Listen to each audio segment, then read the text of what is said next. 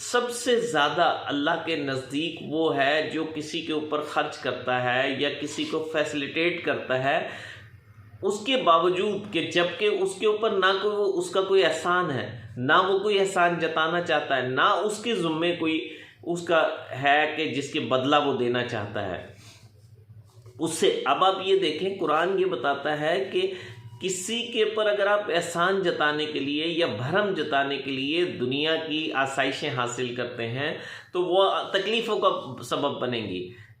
اللہ کا نظام ایسا ہے کہ آپ جس کے خاطر دوسرے سے زیادتی کریں گے اللہ آپ کو اس سے ذلیل کرا دیتا ہے، اگر اس کا بیہیویئر آپ سے برا ہو جاتا ہے۔ آج لوگ بڑے یعنی حرام رزق حرام کما کے اولاد کے لیے کماتے ہیں نا، بیوی بچوں کے لیے کماتے ہیں، اپنے لیے کماتے ہیں، اور ان کی زندگی اللہ ان کے بچوں کو نافرمان بنا دیتا ہے، ان کے بیوی کو، ان کے اہل و عیال کو نافرمان بنا دیتا ہے۔ تو جس لیے انہوں نے کسی سے زیادتی کر کے پیسہ کمایا، گاڑیاں لیں، بنگلے بنائے، وہ لوگ ان کے خلاف ہو گئے۔ اور اب آپ یہ دیکھیں کہ اگر آپ حقیقی خوشی حاصل کرنا چاہتے ہیں تو جن لوگوں کو آپ نے تکلیفیں پہنچائی ہیں، جن کا آپ نے مال دبایا ہے، جن کو آپ نے اپنے بیوی بچے رشتہ داروں کے لیے دبایا ہے، جو بیوی بچے رشتہ دار آپ سے مخلص نہیں ہیں، تو دیکھیں کیا ان لوگوں کو تلاش کریں، ان لوگوں سے معافی مانگیں ان سے، کیونکہ اللہ کسی کی انسان کی تکلیف برداشت نہیں کرتا۔ آپ اندازہ لگائیں، حضور نبی کریم صلی اللہ علیہ وسلم جن کے لیے پوری کائنات بنائی اور اسلام کی تبلیغ کر رہے ہیں، تبلیغ کرتے ہوئے ایک اندھا شخص آ گیا تو آپ نے تھوڑی سی تیوری چڑھائی۔ وہ کیوں تیوری چڑھائی؟ کیونکہ عرب سرداروں کو آپ واز فرما رہے تھے، ان کے دل میں یہ تھا کہ اسلام، یہ سارے ایک عرب سردار مسلمان ہو گیا تو پورے قبیلے مسلمان۔ لیکن اب اللہ کو یہ بات بہت ناگوار گزری، اس نے کہا، اللہ نے وحی آ گئی کہ اے محبوب، جو تیرے طرف رغبت کرتا دوڑتا ہوا آیا تو نے اس سے تیوری چڑھائی، اور جو تیری طرف متوجہ نہیں ہوتے تو ان پہ وقت لگا رہا ہے۔ یعنی اس قدر اللہ کو اپنے بندوں کی محبت اور رویے آپ سے لوگوں کے جب ٹھیک ہوں گے۔ اگر آپ کوئی غلطیاں ہو گئی ہیں تو جو پیسہ آپ نے کمایا ہے، جو مال و زر آپ نے کمایا ہے، جو گاڑی خریدی ہے، جو بنگلہ لیا ہے، اس سے لوگوں کے بھلے کرنا شروع کریں، لوگوں کے فائدے کرنا شروع کریں۔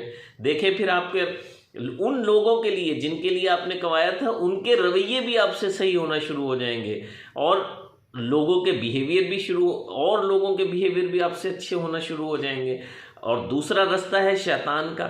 جب آپ یہ گاڑی، گھر، بنگلو سب کچھ حاصل کرتے ہیں، مادی وسائل حاصل کرتے ہیں، اس لیے کہ میں لوگوں کے اوپر بھرم دکھاؤں گا، لوگوں کو نیچا دکھاؤں گا، لوگوں کو ان کی تکلیف کا سبب بنوں گا، ان کے پاس سے گاڑی اسکریچ مار کے گزروں گا، ان کو اپنے پیسے کی نمائش دکھاؤں گا، تو پھر ان کا حال قارون سے زیادہ دنیا میں کوئی پیسہ، نیگیٹو پیسہ قارون سے زیادہ دنیا میں کسی کے پاس نہیں تھا۔ وہ سونے چاندی کے محل تھے، اس کے چابیاں اتنی تھی کہ ایک پوری، قرآن پاک میں اللہ فرماتا ہے اس کی جو خزانوں کی چابیاں تھیں ایک پوری طاقتور جماعت اٹھایا کرتی تھی، صرف خزانوں کی چابیاں۔ تو اللہ نے، اس نے یہ کہا کہ میں نے یہ علم سے حاصل کیا، اللہ نے اسے پورا کا پورا زمین میں دھسا دیا۔ تو اگر آپ یہ کتنا پیسہ کما سکتے ہیں، قارون سے زیادہ تو پیسہ نہیں کما سکتے، تو اس کو اللہ نے زمین میں دھسا دیا۔ اور حضرت عثمان غنی رضی اللہ تعالیٰ عنہ بھی تھے، ان کے پاس دنیا کی اتنی دنیا میں شاید جو آج کیلکولیٹ کریں تو شاید کسی کے پاس بھی اتنا پیسہ نہ ہو جتنا حضرت عثمان غنی رضی اللہ تعالیٰ عنہ، عبد الرحمن بن عوف کے پاس تھا، طلحہ کے پاس تھا، زبیر کے پاس تھا۔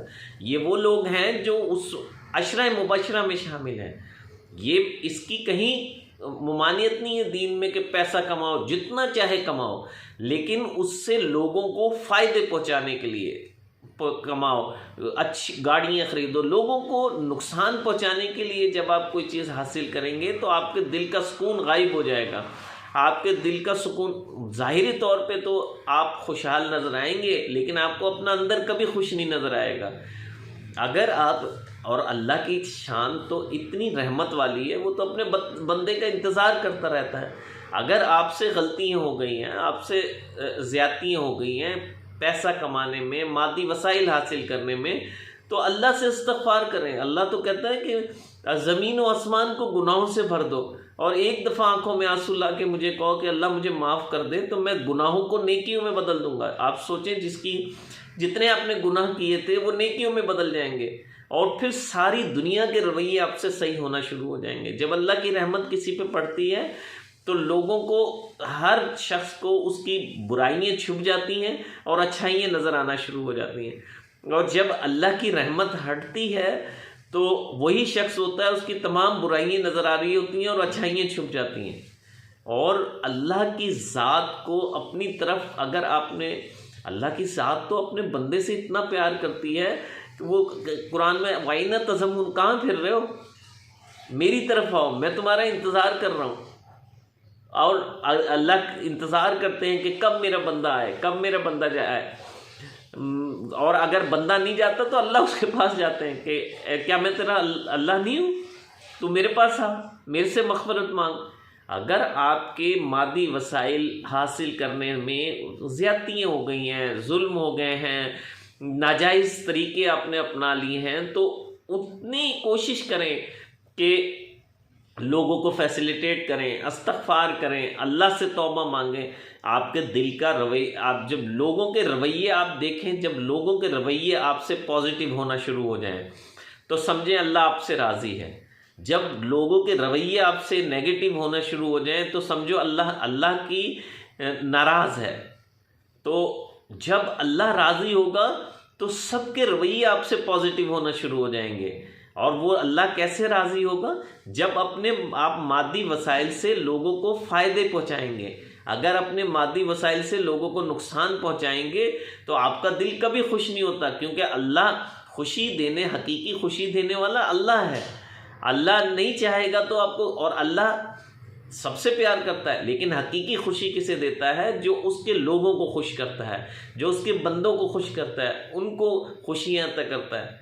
تو کوشش کریں، اگر آپ دلی سکون، دلی خوشی، دلی اطمینان حاصل کرنا چاہتے ہیں تو لوگوں کو خوشیاں بانٹیں، لوگوں کو اطمینان دیں، لوگوں سے محبتیں کریں، لوگوں کو فیسیلیٹیٹ کریں۔ اگر اللہ کو سب سے زیادہ بندہ وہ پسند ہے جو مفلسی کے عالم میں خیرات دیتا ہے، یعنی کیا؟ جو مفلسی کے حالت میں خیرات دیتا ہے۔ اللہ کو امیر آدمی کی خیرات اتنی اٹریکٹ نہیں کرتی جتنی مفلس آدمی کی، جس کے پاس کم پیسے ہوں، اس کی خیرات اٹریکٹ کرتی ہے۔ اللہ اس کو بھی پرسکون زندگی دے دیتا ہے، اور نہیں ہوتی تو ساری آسائشوں کے بعد لوگ خودکشیاں کر رہے ہوتے ہیں اور نیند کی گولیاں کھا رہے ہوتے ہیں۔ تو کوشش کریں کہ اگر آپ اندر سے سکون حاصل کرنا چاہتے ہیں تو وہ حسن اخلاق میں ہے۔ حسن اخلاق ہوگا تو لوگ آپ سے خوش ہوں گے۔ اگر ایک مثال کی بات ہے، آپ کسی کو گاڑی میں بٹھا کے اپنا کوئی پیسہ دے دیتے ہیں تو، اور اس کو آپ 10 تانے بھی دے دیتے ہیں، تو اس کا دل، وہ پیسہ نہ دینا بہتر تھا کہ آپ اس کو 10 تانے دے دیں۔ تو وہ اللہ زیادہ کہ میرا دیا ہوا تھا، میں نے اس نے دیا ہے، تو میں نے تو اس کو تانے نہیں دیے، اس نے اس کو تانے دے دیے، تو وہ آپ کا سکون چھن جائے گا۔ کوئی بھی کام کریں اللہ کی رضا کے لیے کریں، اللہ آپ کے دل کے رویے لوگوں کے بدل دے گا، اور وہ حسن اخلاق سے ہوتے ہیں۔ ملتے ہیں ایک اور پروگرام کے ساتھ۔ السلام علیکم ورحمۃ اللہ۔